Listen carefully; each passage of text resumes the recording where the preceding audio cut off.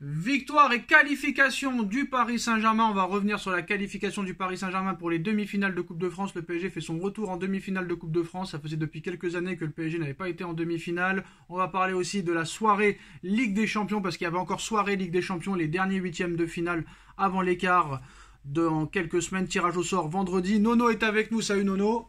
Salut Sacha. Qualification et victoire du Paris Saint-Germain. Le PSG fait son grand retour en demi-finale. Qualifié pour les quarts de finale de Ligue des Champions, premier en Ligue 1 avec 10 points d'avance, de retour en demi-finale de Coupe de France, ça faisait un certain temps qu'on n'était pas revenu dans le dernier carré de Coupe de France.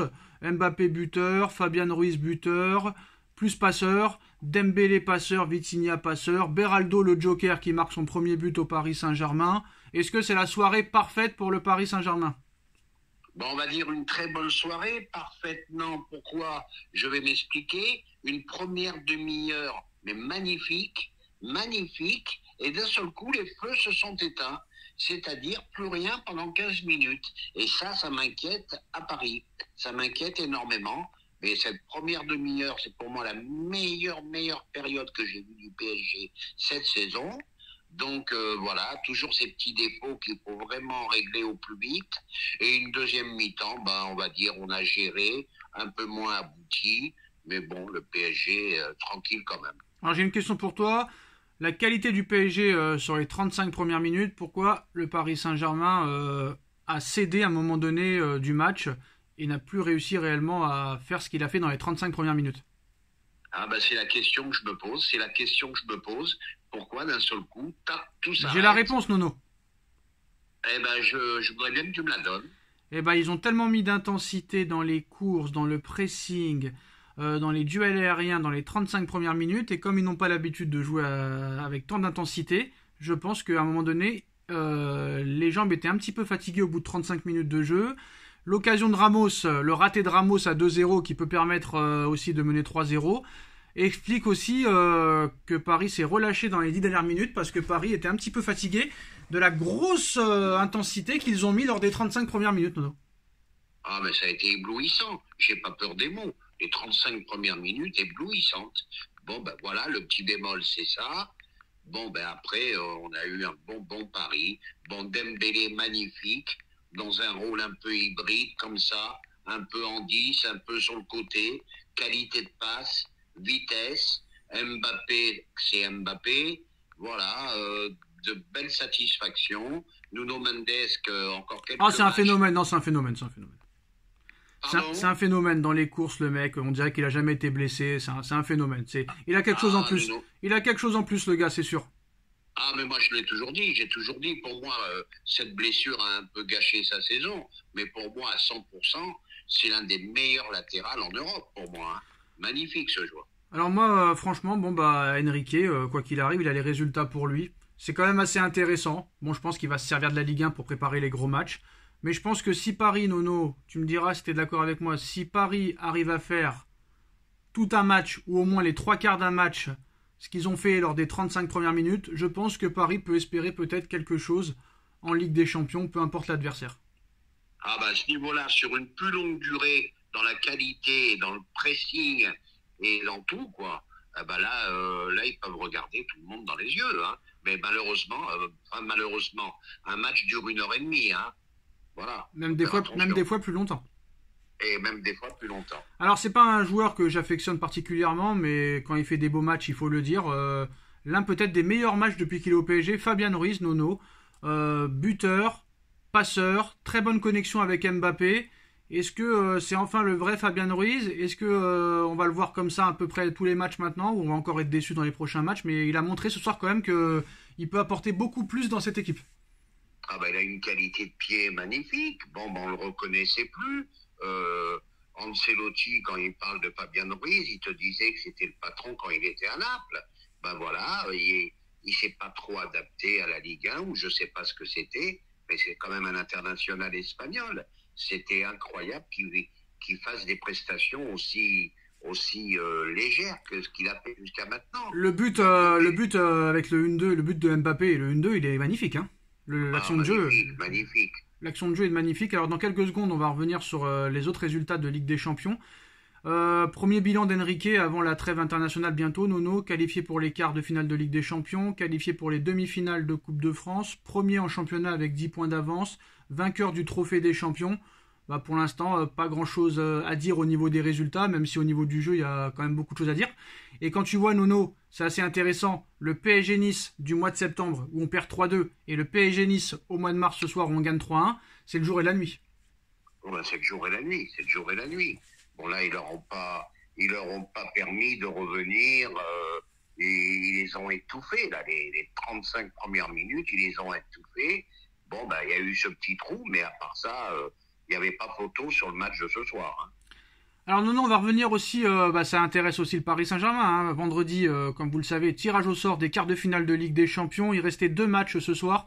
Le Borussia Dortmund s'impose 2-0 et va en quart de finale face au PSV Eindhoven. Et pour l'instant, prolongation entre l'Atlético Madrid et l'Inter de Milan. L'Atlético Madrid mène 2-1. Et pour l'instant, il y a prolongation. Donc voilà, on joue la deuxième mi-temps de la prolongation. On avait dit que l'Inter était grand favori. Peut-être qu'ils vont se faire éliminer. Nono, tirage au sort vendredi. C'est sûr qu'on va pas se mentir. Le meilleur tirage au sort serait le Borussia Dortmund. Le pire serait Manchester City. Mais Nono, j'ai envie de te dire, s'il n'y a pas de blessés, et si on arrive à faire ce qu'on a fait lors des 35 premières minutes, après, on va pas se mentir, le Bayern c'est pas Nice, City c'est pas Nice, Arsenal c'est pas Nice, le Barça c'est pas Nice, toutes ces équipes-là ne sont pas l'OGC Nice avec tout le respect que j'ai pour eux. Mais franchement, voilà, on va pas se mentir, l'équipe à éviter c'est City, et l'équipe à prendre c'est Dortmund. Mais après, je pense qu'à part City, Nono, moi, il n'y a personne qui me fait vraiment peur, à part peut-être l'Inter, mais on a vu que l'Inter ce soir aussi avait des défauts. À part Manchester City, Nono, il n'y a pas vraiment grand monde qui me fait peur. On a peur du Real parce qu'ils sont favorisés par l'arbitrage. Mais s'il n'y a pas d'arbitrage favorable envers le Real, ils font pas trop peur non plus. Le Bayern non plus ne fait pas trop peur. Arsenal aussi ne fait pas trop peur en réalité. À part City, Nono, je pense que tout le monde est prenable, hein. Eh ben oui, c'est peut-être l'année. Oh non, à chaque fois, tous les ans, tu me dis ça. Tu me laisses pas finir ma phrase. Non. C'est peut-être l'année où il y a des paramètres, il n'y a pas 2-3 équipes au-dessus du lot. C'est jouable, on va dire, tout simplement. Même City, Nono, hein. City, ils sont très très forts, il n'y a pas de problème, c'est l'un des meilleurs jeux d'Europe. Mais par rapport aux autres saisons, ils font quand même un peu moins peur, quand même si ça reste les favoris. Ouais, ça reste les favoris, un peu moins fort que la saison dernière, on est d'accord. On voit un Haaland quand même qui marque de moins en moins, même s'il marque quelques fois, mais il est de moins en moins fort. Je la trouve quand même moins forte que l'année dernière, cette équipe. C'est mon avis, hein. Ah ben on est d'accord, c'est ce que je viens de te dire. City un peu moins fort. Bon, ben faudra répondre au pressing de ces équipes-là, hein. Cette capacité physique qu'ils ont. Bon, ben c'est ça qui me fait un peu peur pour nous, hein. Voilà. À 35e minute, il se passe des choses que j'aime pas voir. Ah, moi, j'ai tremblé, je te dis franchement. De la 35e à la fin de la mi-temps, j'ai dit, ça y est, on va s'en prendre un deuxième. Et ça, il faut éviter contre les gros. Hein. Alors moi, quand même, je salue le travail de Enrique. Bon, après, il y a des choses bizarres qui se passent. Ramos, c'est bizarre. Kolo Muani, c'est bizarre. Et Ugarte, alors là, Ugarte, Nono, il a été carrément mis sous tutelle dans le coffre, hein. Eh ben, je vais te dire, moi, le premier, je me suis trompé, je me suis emballé. Joueur très moyen, finalement. Mais il a pas joué ce soir, Nono. Il joue pas. Si, il est rentré. Il est rentré, mais voilà, il peut pas être bien quand tu rentres comme ça à 70e minute, Nono. Voilà, mais je crois qu'il est... Et Randall, alors, qu'est-ce qu'on fait de Randall? Qu'est-ce qu'on fait de Ugarte? Eh ben, ça va être les Qu'est-ce qu'on fait de Ramos? Nono? Qu'est-ce qu'on fait de ces joueurs-là? Alors, c'est le problème qu'a eu le PSG depuis plusieurs saisons. Parce que Nono, voilà. Ramos... Attends, tu me laisses pas finir. Attends, juste pour te dire, Ramos, Kolo Muani et Ugarte, c'est quand même 170 millions d'euros. Hein. Eh ben, non te les prends. Attends, plus que ça. 80, 160, 170, 230 millions, que ces 3 joueurs-là. Voilà, 3 joueurs, 230, 3 joueurs qui sont pas titulaires. Les erreurs de Monsieur Campos. Ramos, on a quand même vu ses limites aujourd'hui. Hein, ah ouais. Malgré normalement, il doit mettre 1 ou 2 au fond. Bien sûr. On a vu ses limites. Kolo Muani, là, j'ai l'impression qu'il est en train de disparaître. Ugarte, bon, on a mis 60 millions sur Ugarte, tu te rends compte? C'est quand même un truc incroyable. Donc voilà, les erreurs de Monsieur Campos. Eh ben écoute, le problème, c'est que comme ça s'est passé pendant plusieurs saisons, ben, c'est des joueurs que tu as payés très très cher et qui peuvent partir en prêt et que c'est toi qui payes le salaire encore. L'Arabie Saoudite, on compte sur eux. Hein. Ah ben on compte beaucoup sur eux, hein. Mais ils sont trop jeunes pour aller là-bas, je pense. Non, il y a beaucoup de jeunes qui sont partis, Nono. Hein. Beaucoup de jeunes de Oui, mais 28, là, 27 ans. c'est très très jeune. Hein. Bon, bah, va savoir. 22 ans. Va savoir, tout peut se passer. 24, tout peut se passer, Ramos, Nono. 24, c'est très jeune. Hein. Tout peut se passer, Nono. Tout peut se On passer. verra bien. Et ben voilà les postos, le PSG va en demi-finale de Coupe de France. Vendredi, tirage au sort des quarts de finale de Ligue des Champions. Dites-nous votre tirage idéal, le plus compliqué ou le plus prenable. Et nous on se retrouve très vite pour une nouvelle vidéo. Merci Nono, merci à tous. Tchuss. Merci Sacha. Tchuss.